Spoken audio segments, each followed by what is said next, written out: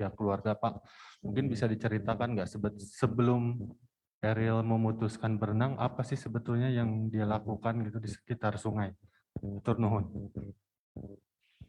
Bismillahirrahmanirrahim. Terima kasih Pak Dendi dari kompas.com.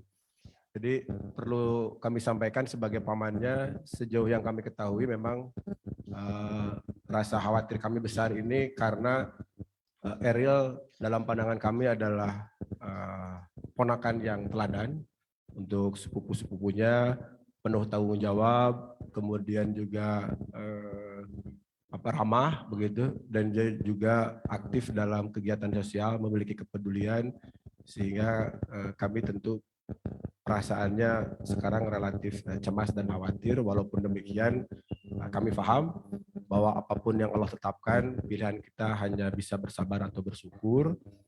Dalam konteks pertanyaan tadi, dengan sifat Ariel yang penuh tanggung jawab, begitu, rasa kepedulian sosialnya tinggi karena beliau juga ponakan saya ini ketua zilenial, jadi sering beraktivitas sosial, memperhatikan sosial.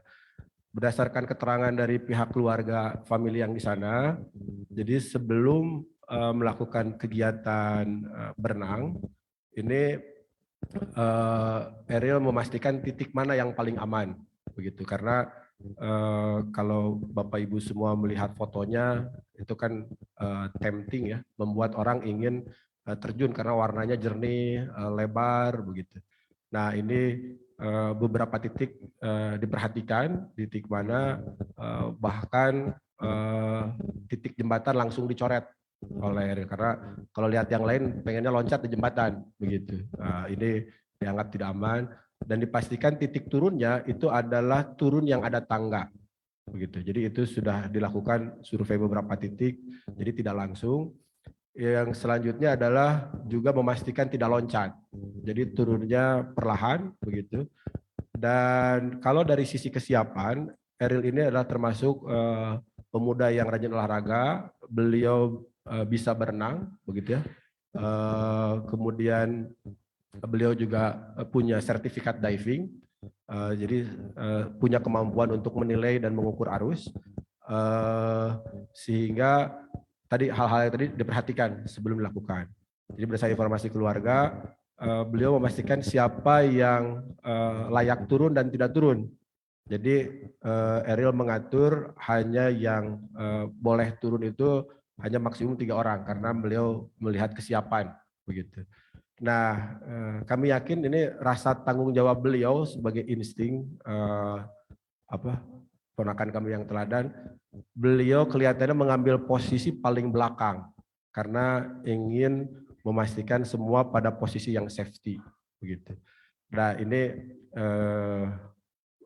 bisa jadi kalau dari cerita keluarga kita memahami karena beliau ingin menjaga safety yang lain sementara sungainya berarus. Jadi pasti mohon maaf saya izin karena saya juga biasa diving.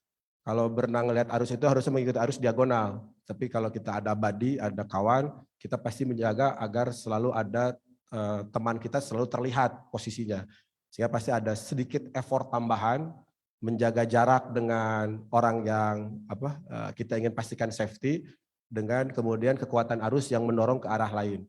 Nah ini karena informasi keluarga, Ariel memastikan yang lain bisa sampai ke daratan begitu. Nah kelihatannya setelah itu mungkin ada situasi arus yang tidak bisa dikendalikan. Jadi poinnya adalah secara fisik, mental siap, secara lokasi sudah dipastikan safety, tapi mungkin ada sesuatu hal yang di luar ukuran manusia. Berdasarkan informasi yang kami terima dari pihak keluarga, kebetulan di hari itu debit air relatif lebih tinggi dibanding hari-hari sekarang. Begitu. Itu yang mungkin ada situasi yang qadarullah begitu ya.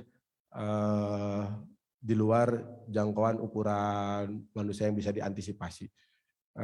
Mungkin itu bisa menjawab pertanyaan dari Pak Dendi. Mohon izin Pak, perkenalkan saya Ulfa dari Kumparan. Izin bertanya terkait detail kejadian di sana yang sempat dikatakan kemarin itu yang berenang ada 3 orang, yaitu Kang Ariel, adiknya Zara, dan 1 orang lagi ini siapa? Apakah temannya dari yang ikut dari Bandung atau dari mana? Dan selain 3 orang tadi, apakah ada protokoler yang ikut dari Indonesia? Selanjutnya, ketika 3 orang tadi berenang, di manakah posisi Ibu Atalia? Seperti itu. Baik, terima kasih. Mangga. Terima kasih dari Kumparan.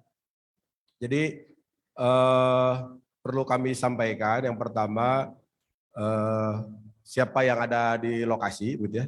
Akan ada pihak dari protokol. Kalau dalam konteks pemerintahan provinsi, karena keberangkatan Ibu Atalia bersama anak-anak adalah kegiatan keluarga untuk mencari sekolah dan kesempatan beasiswa S2, jadi memang tidak ada pihak protokol yang menemani, karena pihak protokol melekat ke Pak Gubernur, dan Pak Gubernur kebetulan kegiatan dinasnya di terakhir posisinya sebelum pada saat kejadian musibah ini terjadi ada di Inggris, begitu. Jadi itu kaitannya. Kemudian yang kedua, bersama siapa? Dia bersama kawan mereka yang dikenal yang memang sudah lama tinggal di Swiss. Jadi artinya dalam konteks safety, ini memang berenang bersama orang yang sudah lama tinggal di Swiss dan memperhatikan situasi. Di antaranya adalah memastikan di daerah yang digunakan untuk renang itu ada wisatawan lain. Jadi informasi keluarga yang kami terima pada saat menentukan titik juga memantau ada lansia dan anak-anak di sekitar, sehingga ukurannya harusnya safety. Tapi sebagaimana saya sampaikan tadi, mungkin karena ponakan kami ini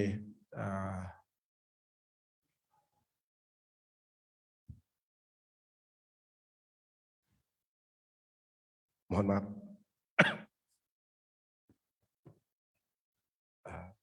pemuda yang bertanggung jawab, begitu ya. Jadi insting alamiahnya walaupun tidak diminta menjaga kelompok, begitu. Termasuk memastikan bahwa ibunya juga tidak ikut turun. Jadi di lokasi memang bersama keluarga, begitu. Dan beliau memastikan hanya yang punya skill yang cukup, begitu. Jadi begitu situasinya. Jadi pada saat kejadian informasi dari keluarga memastikan yang 2 sudah sampai, kemudian qadarullah tadi ada sesuatu yang mungkin tidak terduga, terbawa hanyut dan Eril berteriak help. Jadi kemudian keluarga yang ada di pinggir itu segera berlari mencari. Nah, teriakan help ini terdengar oleh warga yang ada di pinggiran sungai dan menelepon polisi. Jadi laporan keluarga adalah pada saat bertemu dengan polisi di mungkin agak di hilir, itu posisinya polisi sudah tahu. Jadi kami sekali lagi mengapresiasi bagaimana kesigapan otoritas tempat memantau wisatawan, begitu. Kalau terjadi sesuatu, mungkin itu yang bisa kami sampaikan.